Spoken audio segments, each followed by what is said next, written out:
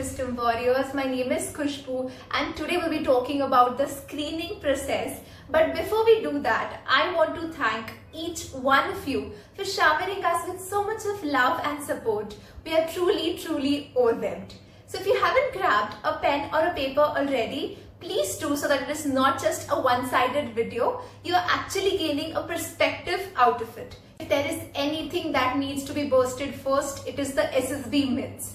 बहुत सारे myths है कि इलाहाबाद एक रिजेक्शन सेंटर है, भोपाल में कम कैंडिडेट्स को रेकमेंड करते हैं या बैंगलोर में बहुत कैंडिडेट्स को रेकमेंड करते हैं. There is nothing of that sort. Allahabad might be called as a rejection center. It is because the number of boards that are there in Allahabad has a higher percentage than they are in Bhopal or Bangalore or Jalandhar. The board has its own sanctity and there is no board which is less or more than any other. The second thing is that the qualities are seen and not shown. The reason that I'm saying it is because बहुत सारे लोग OLQs रट के जाते हैं and they think that अगर मैं इन OLQs के सेक्शन में अगर मैं फिट हो गया तो मैं रेकमेंड हो जाऊँ. ऐसा कुछ भी नहीं है. अगर तुम्हारे में क्वालिटीज है तो तुम्हें दिखाने की जरूरत नहीं है, वो दिख जाएंगे. जैसे if you're a good communicator, you don't have to show that you're a good communicator. It is going to be seen that you're a good communicator. So don't try to showcase your qualities in front of the assessors. If we had to divide the screening process in 4 parts, it is the OIR test, then it is the story writing, then it is the group discussion and the narration. So these 4 are the ones which the screening process can be effectively divided into. पहले हम बात करते हैं OIR test की. OIR test is something that is underestimated by so many people out there. People do not practice OIR. This is the chart here and you can see that if you do not perform well in the OIR, अगर आपको OIR 4 या 5 आ रहा है, you might not get screened in until unless you perform exceptionally well in the narration or in the GD. So please understand, the foremost thing for you to do when you go to the SSB is to get OIR 1. And if you don't know this, if you see the PIQ form right there, उसके ऊपर लिखा होता है OIR in the very right corner. That has some kind of importance. अगर आप screening भी हो जाते हो गलती से 4 या 5 OIR लेके, आपको इंटरव्यू में दिक्कत आ सकती है. The best way to do OIR well is to practice OIR questions. Verbal, non-verbal, there are a lot of sources available. उठारो and practice करो. At least before your SSB, at least practice 1.5 hour daily to get your OIR right if you are weak in it. तो usually क्या होता है, तुम्हें 2 booklets दी जाती है for OIR test. आपको एक क्वेश्चन शीट होती है, एक आंसर शीट होती है. आपको दोनों पे अलाउड नहीं होता रफ वर्क करना. What also happens is at times ना लोग मार्क कर देते हैं क्वेश्चन शीट पे, आंसर मार्क कर देते हैं. तो please don't be smart enough कि मैं उनका आंसर उठा के मैं लिख लूंगा. There's a possibility that they might have done it wrong and that is why you're also losing marks. तो you can be clever enough कि मैं cross check कर लेता हूँ answer, but don't trust their answers because you don't know where that person is coming from. Don't even rely on anybody else. It's a competition. Everybody is there to compete. Nobody is going to tell you right answers. OIR में negative marking नहीं होती है, तो you can attempt all the questions. OIR start करने से पहले ना वहाँ पे एक practice question का set होता है. I think 2, 3, 4 questions का होता है. So there might just make you solve those questions before you start the actual OIR. तो गलती से कभी कभी क्या होता है, seen students mark कर देते हैं, उनको लगता है कि यही first question है. So please be aware of that also. OIR अच्छे से करोगे ना, आपको एक इनबिल्ट कॉन्फिडेंस आएगा कि अच्छा ठीक है, now I am ready for story writing, मैंने अपना काम सही से कर दिया है. And OIR actually will bring that confidence in you. Now will talk about the story writing. तुम्हें 30 सेकेंड्स के लिए एक पिक्चर दिखाई जाएगी. Let us imagine this is the picture that is shown.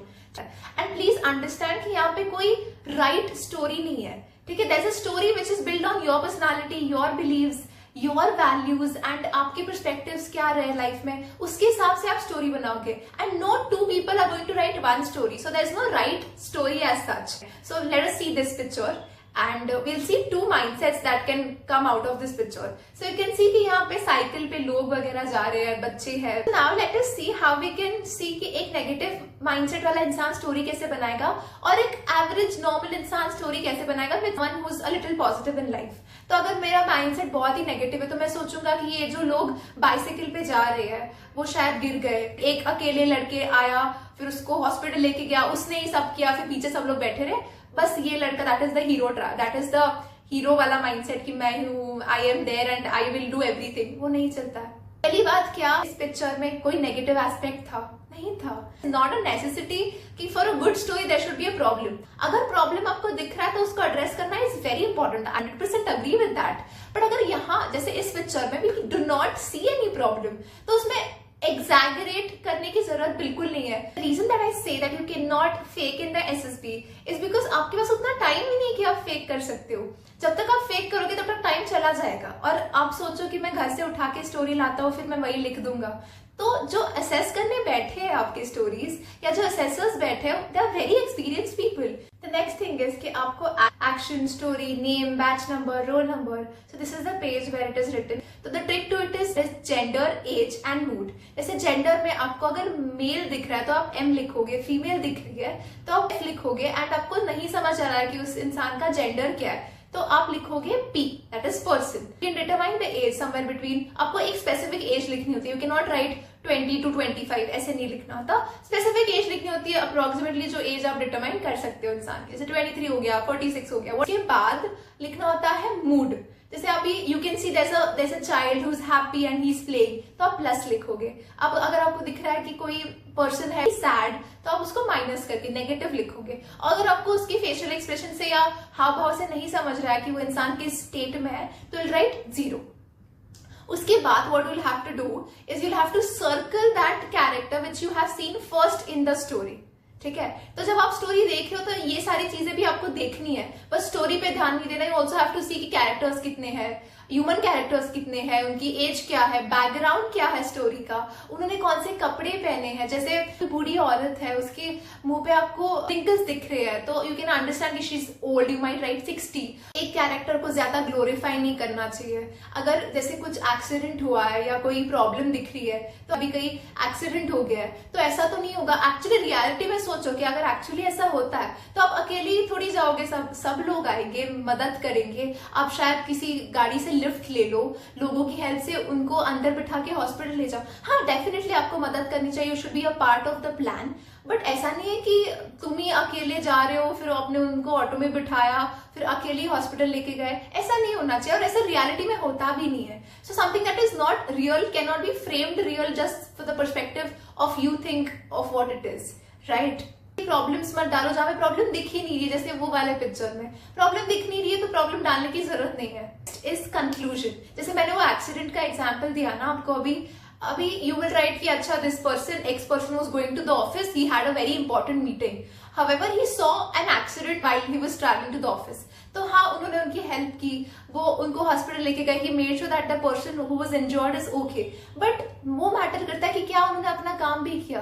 वो तो ऑफिस जा रहे थे ना अपनी इंपॉर्टेंट मीटिंग के लिए। So you also need to conclude कि अच्छा but however respective of whatever happened in the morning he was able to reach the meeting on the time and he led the meeting very nicely. ये बात आती है the most important thing that is narration, because it is the only part apart from the GD where the assessor is actually looking at you and he is sitting in front of you, and that is the point when you have that where you can make an impression. Make sure that your narration is strong and it is crisp and it is relevant, something that is matching the story। कि ऐसा नहीं होना चाहिए कि आप story एक लिख के आए हो बोल कुछ और रहे हो। गलती से अगर एसेसर ने पढ़ लिया तो फिर दिक्कत हो जाएगी, ठीक है। तो डोंट डू दैट। जो आपने स्टोरी लिखी है वही स्टोरी भी अपने मुंह से बोलना। थोड़े बहुत इधर उधर changes definitely obviously you can do, but don't change the entire story. Make sure that you complete your narration in a minute. And I also said this, मैंने एक पिछले वीडियो में बोला था कि I have seen lot of people, तुम्हें ना story के बीच में जैसे आप स्टोरी लिखते हो तो वहीं पे आपका नरेशन और जीडी नहीं होती है, आपको कहीं और हॉल में शिफ्ट किया जाता है। तो जब वो शिफ्टिंग का टाइम होता है ना उसके बीच में यू गेट सम टाइम। तो प्लीज मेक श्योर कि आपका दोस्त है को बैठ के बोलो कि देख भाई तू गिन, मैं स्टोरी बोलता हूँ कि see if it is getting completed in a minute. Same goes to him also. Please अपनी स्टोरी किसी और की स्टोरी से कंपेयर मत करने जाना कि जैसे ये बाहर आ गया बोले कि यार मैंने तो 3 देखे एंड देन वो बोला कि नहीं मैं तो 2 ही देखे। एक बोलेगा पीछे पहाड़ दिख रहे थे, एक बोलेगा नहीं यार वो तो घर था। तो डोंट, एक बोलेगा क्लाउड दिख रहे थे, एक बोलेगा नहीं यार वो तो कुछ माउंटेन जैसा दिख रहा था। तो डोंट डिस्कस द स्टोरी। एक बार आपने लिख दी है, उससे क्या होगा कि अगर आपने कुछ और प्रिज्यूम किया और सामने वाले ने कुछ और प्रिज्यूम किया है और अगर आपका मैच नहीं हो रहा है तो कहीं ना कहीं आपका कॉन्फिडेंस लो होगा। And you don't want that in narration because narration is the most important part the assessor going to actually be seeing you. अगर हम जीडी की बात करते हैं तो जीडी में क्या होता है, यूजुअली ऐसा होता है कि ग्रुप अच्छा नहीं मिलता ताकि आपको बोलने को ही नहीं मिलता। The group discussion at the very start ऐसा पॉइंट आता है जहां पे सब लोग शांत हो जाते हैं and that is the time you are suppose to speak. So even the assessors understand who's trying to speak, who's not trying to speak. बस बोलना जरूरी नहीं होता, आप कितने वैलिड पॉइंट्स डाल रहे हो उसमें, क्या आप ग्रुप को आगे लेके जा रहे हो, क्या आप ग्रुप को एक कंक्लूजन की तरफ खींच रहे हो, दैट इज ऑल्सो इम्पोर्टेंट। क्या आप बस एज में अटके हुए हो कि यार एज 17-18 होना चाहिए, दैट इज इमेच्योरिटी। एक बार एज डिस्कवर हो गया है उसके बाद आगे बढ़ो, ग्रुप को आगे लेके जाओ। You know, we have to reach to a conclusion. And if somebody is not listening, please, you can always say that, please let me complete, you know, please let me speak, or you can always raise your voice and take it back. ये सारी चीजें you'll find it in the course. I cannot explain it entirely on the YouTube. And be polite. Please understand that there are ways to speak and there are ways to express your opinions and your points. आपको चिल्लाने की या हाथ ऊपर नीचे करने की बिल्कुल जरूरत नहीं है. You can sit still with little hand gestures and your voice and voice modulation. The process is on. It is necessary for you to live in the process. ऐसा नहीं होना चाहिए कि आप OR सॉल्व करो और आप सोच रहे हो कि यार पता नहीं मैं GD में बोल पाऊंगा कि नहीं, या मुझे स्टोरी कैसे आएगी, या स्टोरी कंप्लीट होगी कि नहीं. Forget about it. जब आप OR कर रहे हो, put your focus on the OR only. जब आप GD करो तो GD में फोकस करो. Forget about the story. तब OR का सोच के फायदा नहीं है. ठीक है, घर पे सोचना चाहिए था. तो अगर स्क्रीनिंग प्रोसेस है, make sure that you are having a good night's sleep before day 1. आप SSB सेंटर एक दिन पहले पहुंच जाओ, काम रह के सेटल रह के सब चीज करो एंड हो जाओगे स्क्रीनिंग. टू अंडरस्टैंड कि टेंशन लेके तो आप स्क्रीनिंग नहीं होगे. आई अंडरस्टैंड कि टेंशन होनी बहुत natural, it is very natural to get tensed, but please understand that उसका कुछ आउटकम नहीं है. जितना आप प्रेशर में आओगे, जितना आप टेंस्ड रहोगे, उतनी आपकी बॉडी लैंग्वेज अंडर कॉन्फिडेंट दिखेगी. Nobody knows if they're going to get screened in or not. So it is absolutely okay, but have a good body language. Keep a smile on your face. And I'm sure that you will get screened in. Screening से डरो मत. Things that are there in the screening ना, make sure you tackle them. And once you tackle them, it is easy. Now OR अच्छा लाना है. मुझे पता है कि मुझे स्टोरी एक ढंग से लिखनी है. मुझे पता है कि मुझे नरेशन 1 मिनट में कंप्लीट करना है और क्रिस्प होना चाहिए. मैं उसको अच्छे से एड्रेस कर रहा हूँ. स्टोरी अच्छी होनी चाहिए. GD में आपको अपने पॉइंट्स रखने हैं. वैसे पॉइंट्स रखो जो लॉजिकल है. जैसे for instance, all of us are sitting in the GD. ठीक है, अभी मैं आपको कैसे कन्विंस करूंगी? लॉजिक के साथ. अगर मैं आपको बोलूं कि I can see that 3 candidates out there, one of them is very frock, she is a female of somewhere of age. Why would anybody deny me? जब दिख रहा है कि वो 15 साल की है, उसने फ्रॉक पहन रखा है, you can always see it and you know explain it. अगर आप लॉजिक डालते हो, प्लीज अंडरस्टैंड कि अगर आप लॉजिक के साथ बात करो और फिर भी सामने वाला इंसान आपको टैकल कर रहा है, तो फिर असेसर भी तो देख रहे हैं ना फिर. तो प्लीज ऐसा बस किसी को टैकल करने बस टैकल मत करो कि सुनो कि वो इंसान क्या कहना चाह रहा है. तुम्हारा यहाँ पे गोल तुम्हारे पॉइंट्स डालना नहीं, कंक्लूजन पे आना भी है. Definitely you should put your points ahead and put it in a way that everybody listens to you. वो voice modulation, your gestures, your body language, will discuss everything in the course. But before we do that, understand what your goal is.